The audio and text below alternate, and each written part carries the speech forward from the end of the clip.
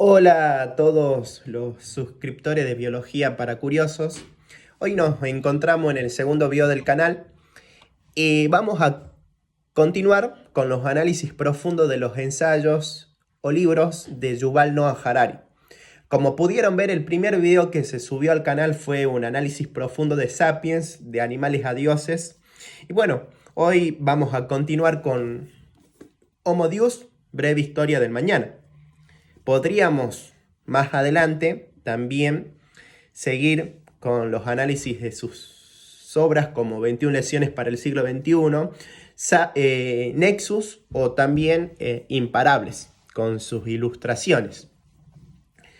Así que comenzamos. La primera parte del video va a consistir en una introducción al libro Homo Deus. Ya aquí es donde vamos a explorar cómo Yuval Noah Harari imagina el futuro de la humanidad. Y tenemos que entender que esta obra es una invitación a pensar en los grandes desafíos y cambios que vamos a encontrar en nuestro avance por el tiempo. Y podríamos arrancar con una pregunta particular. Si es que en algún momento nos hemos preguntado qué viene después del Homo sapiens. Y esto es exactamente lo que Yuval Noah Harari se propone explorar en Homo Deus, breve historia del mañana. Esta obra no es únicamente un libro que va a tener conceptos del campo tecnológico o del campo científico, sino que también es un viaje provocador hacia el futuro de la humanidad, que va a estar basado en una única mirada particular al pasado. Harari parte de una premisa clave, y es que a lo largo de la historia la humanidad luchó con tres grandes problemas: el hambre, las epidemias y la guerra. Y aunque todavía no los hemos erradicado del todo, por primera vez en la historia están controlados. Harari dice que estos tres grandes problemas ya no son fuerzas incontrolables de la naturaleza, sino problemas técnicos que en muchos lugares del mundo se podría decir que tienen solución. Entonces, si estos tres grandes problemas presentan una solución, quiere decir que ya no estamos luchando por sobrevivir. ¿Qué es lo que sigue ahora? Ya que es donde el libro da un giro radical. Harari dice que ahora la humanidad está buscando algo más, y es superar sus límites biológicos. Y cuando habla de superar los límites biológicos, habla de que el deseo de la humanidad o del hombre es querer vencer a la muerte, alcanzar la felicidad total y convertirse de uno u otro modo en Dios. Y de ahí el título Homo Deus, el hombre Dios. Claro que este postulado abre muchas preguntas. Por un lado, ¿qué significa ser Dios? O si estamos preparados para ese poder. Y sobre todo, ¿quién va a decidir qué humanos se mejoran y cuáles no? Y ahí es donde empieza el recorrido. Harari no solo analiza lo que podría pasar, sino también cómo llegamos hasta acá. Porque como él mismo dice, para entender el futuro, primero hay que entender cómo funciona el pasado.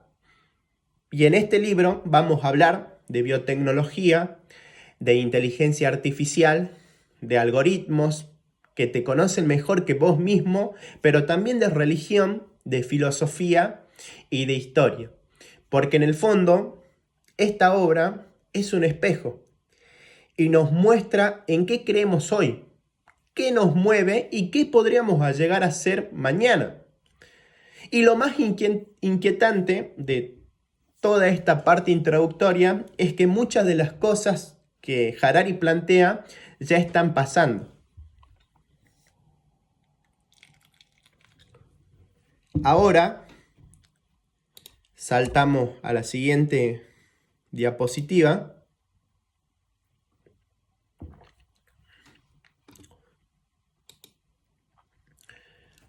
que sería el pasado de la humanidad, de Homo sapiens a hoy.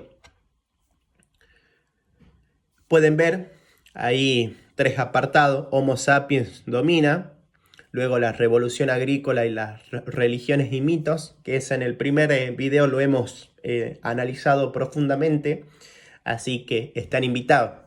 Por lo cual, en este apartado vamos a arrancar con el recorrido de Homo sapiens a Homo Deus y qué es lo que realmente nos trajo hasta acá. Antes de mirar el futuro, Harari hace algo, se podría decir, inteligente. Él repasa cómo llegamos hasta este punto. Y no lo hace de una forma aburrida, ni mucho menos técnica. Al contrario, lo hace con una claridad bastante específica y tremenda. Y nos dice que durante miles de años fuimos una especie más, que nos encontrábamos luchando por sobrevivir como cualquier otro animal, pero que con el tiempo los humanos logramos algo único: crear visiones compartidas, religiones, imperios, dineros. Y estas son ideas que no existen en la naturaleza, pero que nos unen. Estas visiones nos permitieron organizarnos a gran escala. Y gracias a eso, construimos civilizaciones, avanzamos en ciencia y llegamos a controlar el mundo. Pero no fue totalmente gratis. En el camino sacrificamos muchas cosas: libertad individual, biodiversidad y muchas veces el bienestar de otros seres vivos. Entonces Harari se pregunta: si hicimos todo esto para vivir mejor, ¿realmente lo logramos? ¿Somos hoy más felices que nuestros ancestros cazadores y recolectores? La respuesta para el autor no es tan clara, pero tal vez tenemos más seguridad y más comodidades, pero también podríamos encontrarnos con más estrés, más ansiedad y más desconexión. Y ese es el punto. Si no entendemos lo que nos motivó en el pasado, podemos terminar repitiendo los mismos errores en el futuro. Solo que ahora con herramientas mucho más sofisticadas y poderosas. Y acá inmediatamente pasamos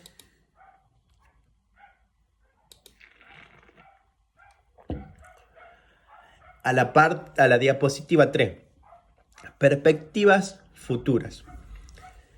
Inmortalidad, felicidad y divinidad. Que estos serían ítems que se van a encontrar en el nuevo proyecto humano, entre comillas. Ahora, si el humano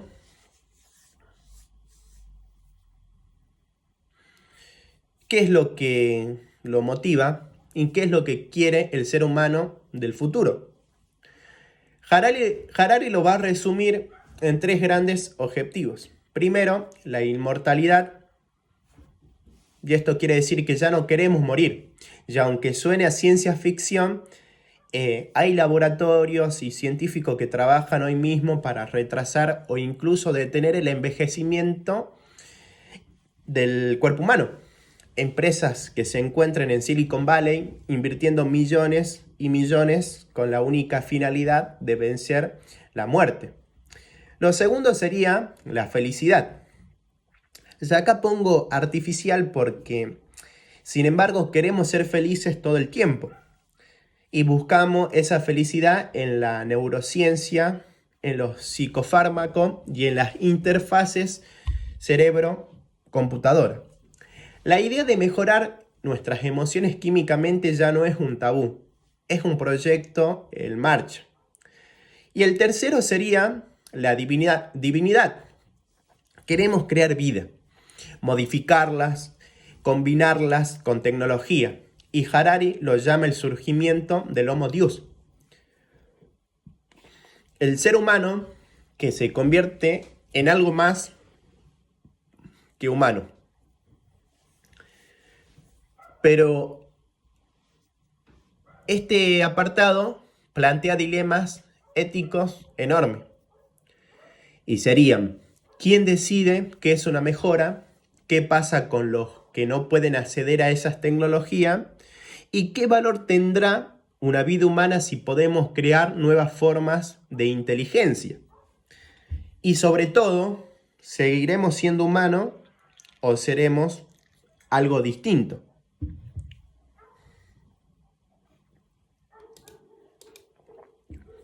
Y con estos dilemas éticos pasamos a la siguiente diapositiva. La nueva religión del dataísmo. Podríamos decir que se encuentra en pleno auge y de uno u otro modo la descripción de todo esto sería cuando los algoritmos mandan. Llegamos a uno de los capítulos más inquietantes del libro, el dataísmo. Aquí Harari plantea que la nueva religión del siglo XXI no será el cristianismo ni el islam, sino una fe en los datos. Según esta visión, el universo es un flujo de información y el valor de toda persona, ideas, decisiones se mide por su capacidad de procesar datos. Y esto no es únicamente una hipótesis o una teoría. Hoy podemos ver que hay algoritmos que escriben noticias, componen música, diagnostican enfermedades y te recomiendan pareja. Muchos de nosotros confiamos más en lo que nos dice Google o Spotify que en nuestros propios criterios. Si los datos son más importantes y los algoritmos pueden analizarlos mejor que nosotros, ¿para qué sirve el libre albedrío entonces? ¿Y qué pasa con la idea de que cada ser humano es único e irrepetible? Ya aquí es donde el dataísmo propone que no somos más que sistemas biológicos de procesamiento de datos. Es una afirmación o una propuesta fuerte, pero Harari no lo afirma como una verdad absoluta. Lo pone sobre la mesa para que pensemos, para que no sigamos avanzando ciegamente hacia un futuro dominado por algoritmos sin preguntarnos primero si es esto lo que realmente queremos como humanidad.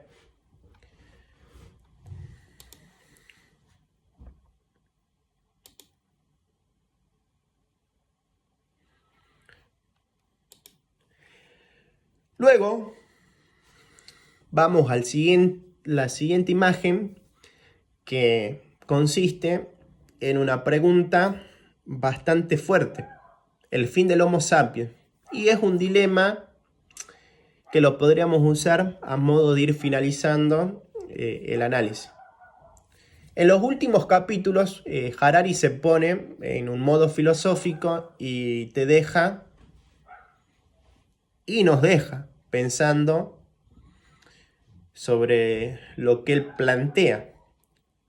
Si los humanos ya no tienen control de sus vidas, si los algoritmos nos conocen mejor que nosotros mismos, si la inteligencia artificial puede tomar mejores decisiones, entonces, ¿cuál es el rol de nosotros, los Homo sapiens?